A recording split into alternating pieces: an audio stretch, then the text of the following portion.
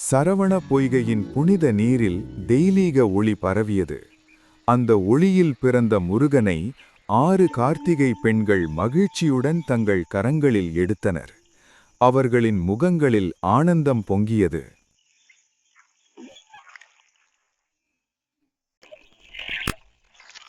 புனித நீரில் குளிக்க வைத்தனர். அது சுத்தமும் அருளும் ஆனது.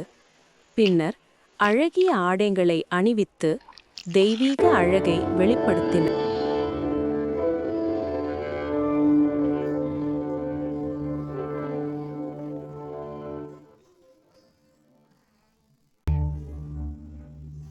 அன்பின் பாசத்தால் பால் ஊட்டினர். அது தாய்மையின் சின்னமாக இருந்தது. கரம் கூப்பி பிரார்த்தனை செய்ய கற்றுத்தந்தனர். முருகன் தெய்வீக ஒளியுடன் பிரார்த்தனை செய்தார்.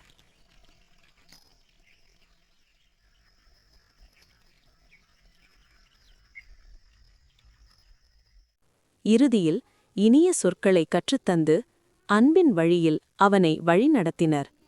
இவ்வாறு கார்த்திகை பெண்களின் மகிழ்ச்சியிலும் பக்தியிலும் வளர்ந்த முருகன் உலகின் காவலனாக, அருளின் சின்னமாக, பக்தியின் விளக்காக விளங்கினார்.